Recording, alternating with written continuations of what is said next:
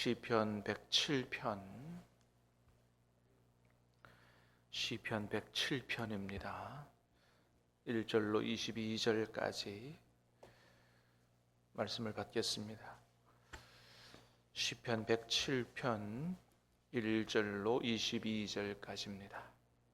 구약성경 882면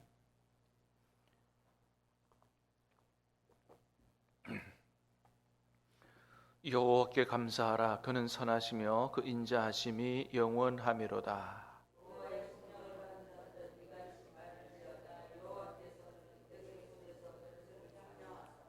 동서남북 각 지방에서부터 모으셨도다.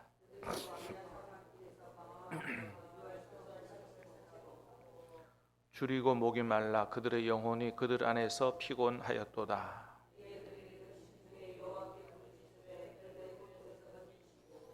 또 바른 길로 인도하사 거주할 성읍에 이르게 하셨도다.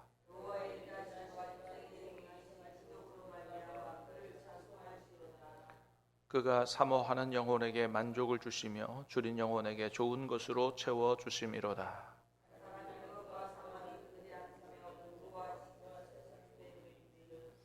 하나님의 말씀을 거역하며 지존자의 뜻을 멸시함이라.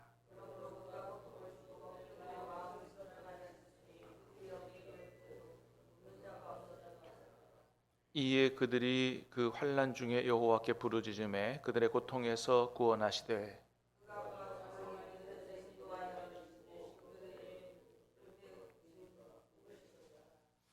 여호와의 인자하심과 인생에게 행하신 기적으로 말미암아 그를 찬송할지로다.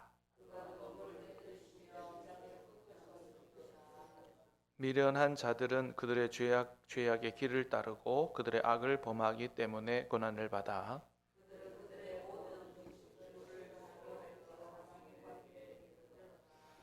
이에 그들이 그들의 고통 때문에 여호와께 부르짖음에 그가 그들의 고통에서 그들을 구원하시되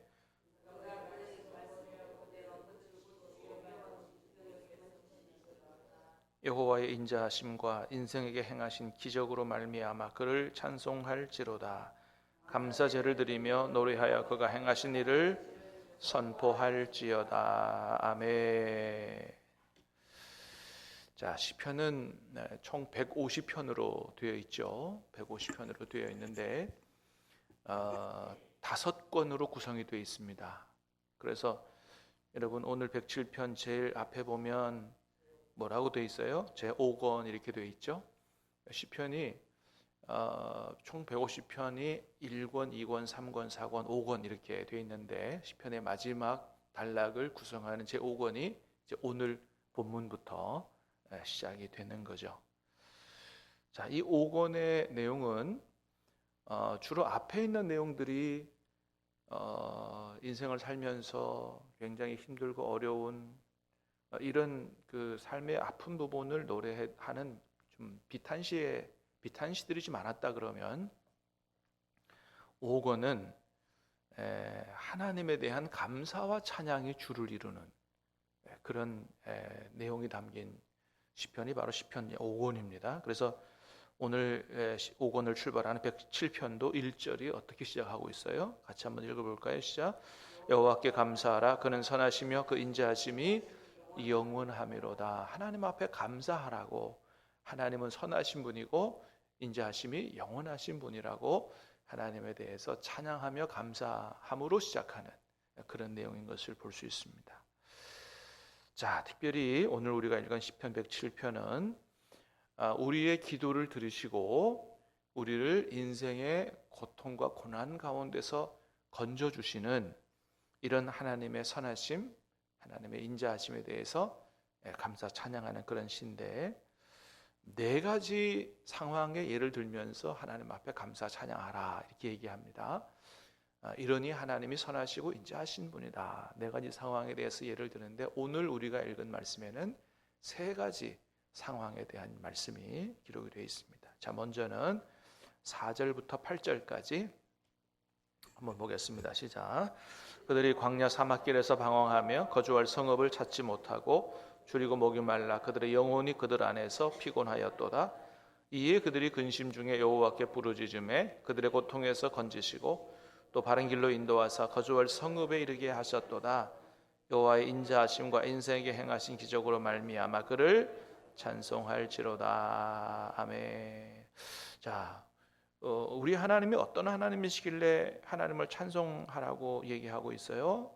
4절에 보니까 광야 사막길에서 방황하며 거주할 성읍을 찾지 못하고 5절에 줄이고 목이 말라 그들의 영혼이 그들 안에서 피곤했다. 광야 사막길에서 길을 잃었어요. 방황해요. 거주할 성읍을 찾지 못해요. 여러분 인생을 살아오면서 혹시 길을 찾지 못하고 방황해 보신 적이 있으세요? 그런 경험이 있는 분들은 이 상황이 얼마나 고통스러운 상황인지를 아실 거예요. 자기 인생의 길을 잃어버린 거거든요. 어떻게 살아야 될지를 모르겠고 마음에 기쁨이 없어요. 인생에 혼란이 있어요. 그들 안에서 영혼이 그들 안에서 피곤했다 그랬어요. 살만 나지 않는 그런 인생이죠. 세상에서도 자기 인생의 길을 발견하지 못하고 인생을 방황하면서 정말 고통스럽게 살아가는 사람들이 많습니다. 자, 그런데 우리 하나님이 어떤 하나님이냐? 그런 가운데서도 하나님 앞에 부르짖어 기도하면 그 사람의 기도를 들어주시고, 할렐루야, 들어주시고 그 사람을 그 방황 가운데서 건져주시며 그의 길을 인도하시고 그가 거주할 성읍, 살아갈 수 있는 길로 하나님께서 인도하신다라고 하는 겁니다. 그렇습니다. 그래서 이 세상에서 어떻게 살아야 될지 모르고 방황하는 모든 인생들이 다 주님께로 돌아와야 될 줄로 믿습니다. 주님께로 돌아올 때 인생의 방황은 끝나게 되고 우리가 어떻게 살아가야 되는지에 대해서 인생관이 제대로 잡히게 되고 안정된 삶을 살아갈 수가 있는 거거든요. 또 믿는 우리들이라도 가끔 길을 잃어버릴 때가 있어요. 다시 주님 앞으로 돌아올 수 있기를 주님의 이름으로 축복합니다. 하나님 우리 앞길을 인도하신다는 거예요. 그래서 평안하고 안정되게 살아갈 수 있도록 하나님께서 우리 기도에 응답하신다. 특별히 9절에 그랬어요. 9절에 시작. 그가 사모하는 영혼에게 만족을 주시며 줄인 영혼에게 좋은 것으로 채워주심이로다. 그렇습니다. 우리 하나님이 어떤 분이냐? 사모하는 영혼에게 만족을 주시고 주님의 은혜를 사모하며 그 갈급한 영혼에게 좋은 것으로 채워주십니다. 그러니까 하나님 앞에 나와 그 은혜를 사모하고 부르짖고 기도하는 사람 빈손으로 돌려보내시는 하나님이 아니시다. 그래서 하나님을 찾는 자에게는 모든 좋은 곳에 부족함이 없게 될 줄로 믿습니다. 야고보서 4장 2절은 그랬어요. 너희가 얻지 못함은 구하지 아니하기 때문이라 그랬습니다. 우리가 얻고 싶은 걸 얻으려고 막 세상에서 다른 사람과 경쟁하고 싸우고 혈기 부리고 욕심 부리고 이래도 얻지 못할 때가 많지 않느냐. 근데 진짜 얻지 못하는 것은 더 노력을 들여서라기보다는 하나님 앞에 구하지 않아서 그리고 구해도 정욕으로 쓰려고 잘못 구하기 때문에 못 얻는 거다. 하나님 앞에 바른 동기로 바른 목적으로 구하면 하나님께서 반드시 풍성하게 채워주신다. 그래서 우리 하나님이 이런 하나님이심을 믿고 그 하나님의 선하심, 우리 하나님의 인자하심을 믿고 간구하면 하나님께서 풍성히 응답하시고 특별히 기적으로도 응답하신다. 자, 그래서 여러분 8절에 뭐라 그랬어요? 여호와의 인자하심과 인생에게 행하신 기적으로 말미암아 그를 찬송할지로다. 시편 107편 기자는 하나님이 특별히 어떤 일로도 우리 안에서 역사하시는 하나님이라고 얘기해요. 기적으로도 역사하시는, 응답하시는 하나님이시다. 여러분 하늘이 무너져도 살아날 구멍이 있는 줄로 믿습니다. 그분이 하나님이시다. 하나님은 기적을 행하시는 분이다 라고 하는 거죠. 자, 10절에서 12절도 읽어봅니다. 시작. 사람이 흑암과 사망의 그늘에 앉으며 곤고와 쇠사슬에 매임은 하나님의 말씀을 거역하며 지존자의 뜻을 멸시함이라. 그러므로 그가 고통을 주어 그들의 마음을 겸손하게 하셨으니 그들이 엎드러져도 돕는 자가 없었도다. 자, 사람이 흑암과 사망의 그늘에 앉으며 곤고와 쇠사슬에 매임은 정말 인생을 살아가면서 흑암의 그늘에, 사망의 그늘에 곤고와 쇠사슬에 매이는 엄청난 어려움을 당할 때가 있다. 근데 이런 경우일 수 있다. 하나님 말씀을 거역하며 지존자의 뜻을 멸시함이라. 그러니까 하나님의 뜻대로 안 살다가 당한 고난이에요. 하나님의 뜻을 따라 안 살다가 이런 엄청난 고난을 당했어요.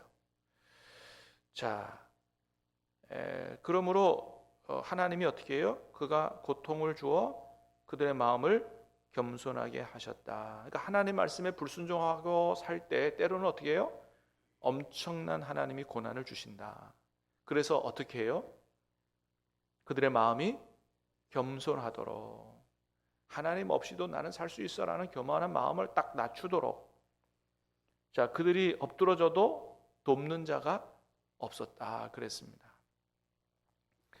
여러분, 우리가 어려움을 당할 때 정말 지푸라기라도 짚는 심정으로 막 이 사람도 찾아가고 저 사람도 찾아가고 막 그럴 때가 있죠. 근데 정말 야속하게도 하나같이 다 우리의 도움을 때로는 여러분 가족들도 거절할 때가 있어요. 그럴 때는 어때요? 정말 속이 상하죠. 정말 너무너무 속이 상하고 자존심도 상하고 막 그러죠. 근데 여러분, 그런 일을 당할 때 우리가 생각을 좀 바꿔야 된다. 그게 그 사람들을 안 도와준다고 이렇게 매정하다고 평소에는 친하다가도 이렇게 내가 좀 도움을 요청하면 이렇게 매몰차게 거절한다고 그 사람들 욕을 할 것만이 아니고, 첫 번째는 그 사람들도 나름대로의 사정이 다 있을 수 있고요. 더 중요한 거는 오히려 그게 복이 될 수 있다라는 사실입니다. 때로 하나님께서 다른 사람이 우리를 도와주지 못하도록 다 끊어버리실 수 있다. 왜? 그래야만 누구를 찾기 때문에, 그래야만 하나님을 찾기 때문이에요.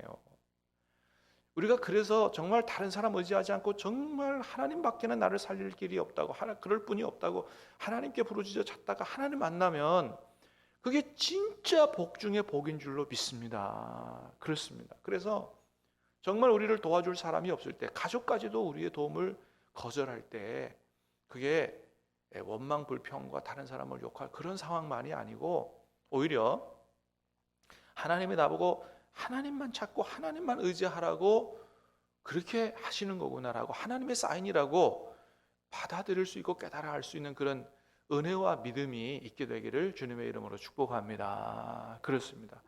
그러면 그때 하나님을 만나는 거예요. 그때 내 기도에 응답하시는 살아계신 하나님 만나고요, 나를 그 어려운 가운데서 정말 기적을 행해서 나를 구원하시는 하나님을 체험할 때 우리의 믿음이 어떻게 해요? 한층 더 놀랍게 성장을 하는 거거든요. 그럴 때 그야말로 영육간의 복을 받는 거죠. 다른 사람이 나의 어려움에 도움을 주는 것보다 훨씬 더 큰 복을 받을 수가 있는 것입니다.